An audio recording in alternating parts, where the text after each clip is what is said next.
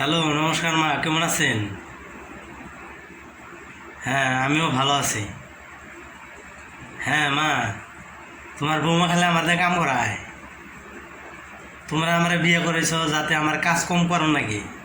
হ্যাঁ, কিন্তু আমার কাজ করো নাকি নিজের কাজও করো নাকি, তোমার বৌমার কাজও আমার করে দেন নাকি? হ্যাঁ, কি করি এখন কও, কি ফান্দে পড়ছি? হ্যাঁ, ভালো লাগলো না।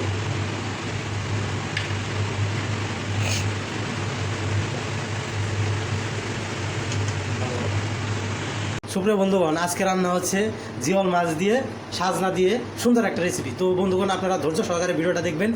তো এখানে রয়েছে জিওল মাছ, এই যে এখানে কিছু পরিমাণ জিওল মাছ রয়েছে। আর এখানে আমরা সাজনা, আলু এবং বেগুন সবগুলা ভালোভাবে হলুদের ফাঁকি, মরিচের ফাঁকি, অন্যান্য যে আইটেমের ফাঁকিগুলো রয়েছে সব ফাঁকি দিয়ে আমরা এটা মেখে রেখেছি। তো এখন আমরা সুন্দরভাবে রান্না করবো, আপনারা ভিডিওটা ধৈর্য সহকারে দেখবেন। হ্যাঁ, ওকে।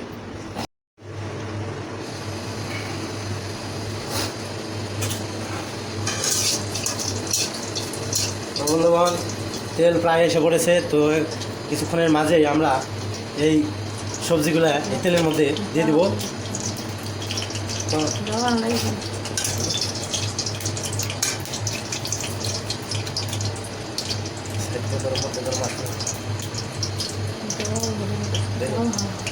তো বন্ধুগণ, তেল এসে পড়েছে, এখন আমরা এই সবজিগুলো দিয়ে দিতেছি।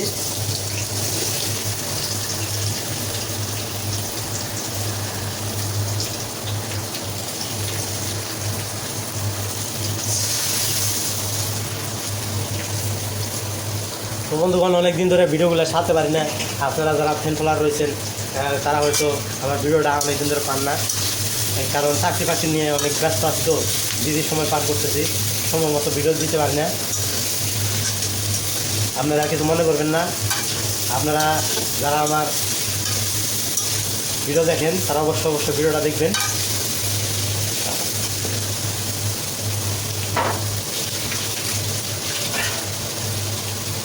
আপনাদের ভালোবাসায় আমি 450-এর উপরে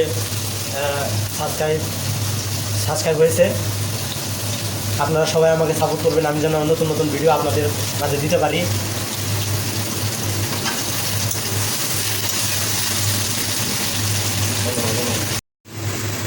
বন্ধুরা দেখেন, কালারটা প্রায় অন্য ধারণ করছে।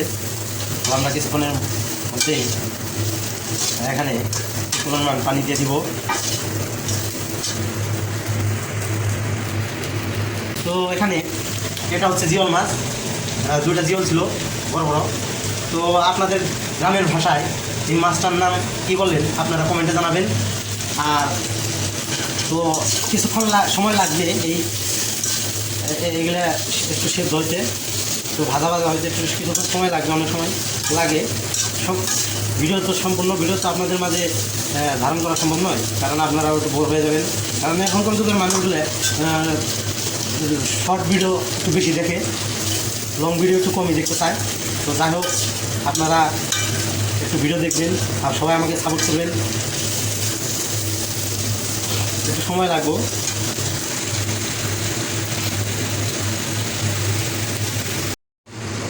সুপ্রিয় বন্ধুগণ, এখানে কিছু পরিমাণ পানি দিয়ে দিলাম এবং এই পানিটা কিছুক্ষণের মাঝেই গরম হয়ে বলক আসবে। প্রতিদিনই রান্নাবান্না করতে হয়, দিনে একবেলা দুই বেলা করে রাঁধতে হয় এবং রান্নাবান্না করলে একটু বইয়ের হেল্প হয়। রান্নাবান্না করতে বিরক্ত লাগে, কিন্তু তাও কিছু করার নেই, কারণ রান্নাবান্না করে তো খেতে হবেই। রান্নাবান্না করতে আবার আনন্দও লাগে মাঝে মাঝে, যেমন হয় যে একটা কিছু রান্নাবান্না করে খাই। ঠিক আছে, তো 3-4 দিন ধরে ছুটি কাটাইতেছি। এটা হচ্ছে ঈদের মাস, বাড়িতে এসে পড়েছি।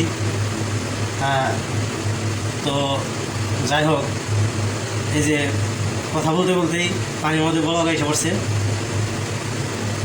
তো দেখি কি হয়, আর কি বলবো।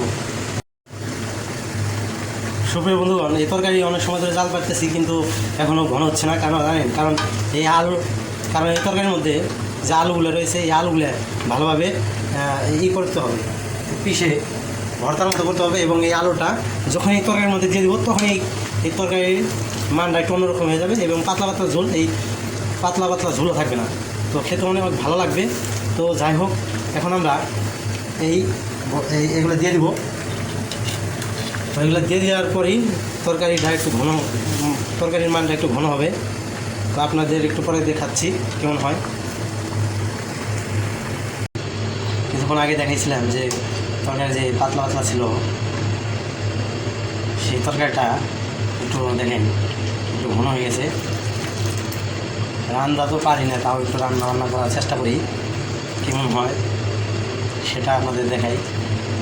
খুব ভালো হয় না তরকারি খেতে, কিন্তু খুব একটা ভালো লাগে না, তাও চেষ্টা করি একটু খুব ভালোভাবে রান্না করার জন্য। এই দেখেন তরকারিটা একটু ঘন হয়ে গেছে, আগে একটু পানি পানি ছিল, একটু আগের থেকে একটু ঘন হয়ে গেছে।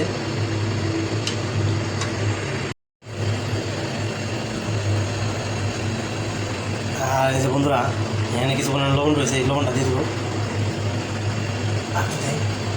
কম হয়ে যাবে। লবণ দিয়ে দিলাম।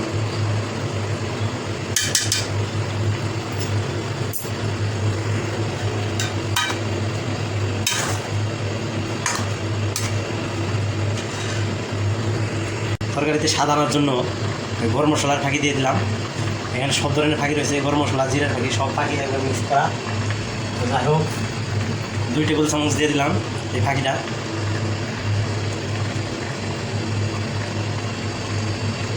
এখন আমরা ভালোভাবে মিশিয়ে নেব। দেখেন বন্ধুরা, আমি ভাবতে পারি না যে তরকারিটা এত সুন্দর হবে। তরকারির কালার কিন্তু অনেক সুন্দর হচ্ছে।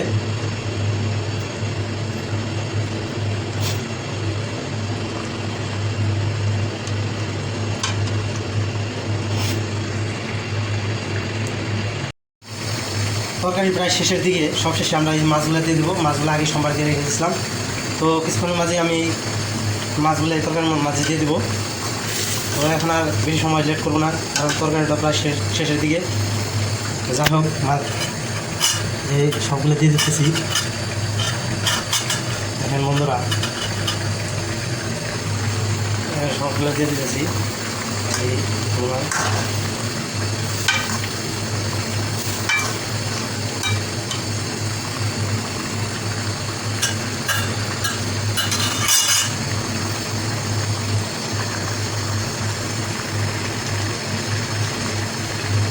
তরকারিটা হয়ে গেছে। নিজে নিজে একা একা ভিডিও করে তো সব ভিডিও ধারণ করা হয়তো সম্ভব হয় না। তো তরকারিগুলো হয়ে গেছে, এখন আমরা এই তরকারিটা নামিয়ে ফেলবো। তো নামিয়ে নিয়ে আপনাদেরকে দেখাচ্ছি কেমন হয়, সেই রিভিউ আপনাদেরকে দিতেছি। তো এখন নামিয়ে ফেলবো। এই যে দেখেন তরকারি সুন্দর কোয়ালিটি হয়েছে, খেতে অনেক আমার ভালো লাগলো। কেমন হয়েছে, কালারটা কেমন হয়েছে, সব কিছু আপনারা জানাবেন। ভিডিওটা ভালো লাগলে লাইক কমেন্ট শেয়ার করবেন এবং সবাই আমাকে একটু সাপোর্ট করবেন, যেন আমি একটু ছোটোর থেকে বড় হতে পারি, কারণ এখনও আমি ছোটো ইউটিউবার রয়েছি। তো যাই হোক, আমার ইউটিউবার হওয়ার আশা আছে ভবিষ্যতে। এখন যদি নাও পারি, ভবিষ্যতে আপনাদের সাপোর্টে আমি একদিন ভালো মানের ইউটিউবার হয়ে দেখাবো। তো যাই হোক, ভিডিওটা এই পর্যন্তই। কেমন লাগলো আপনারা কমেন্টে জানাবেন। ভিডিওটা ভালো লাগলে অবশ্যই শেয়ার করবেন। তো যাই হোক, আজকের ভিডিওটা এই পর্যন্তই। সকলে ভালো থাকবেন, সুস্থ থাকবেন। ধন্যবাদ।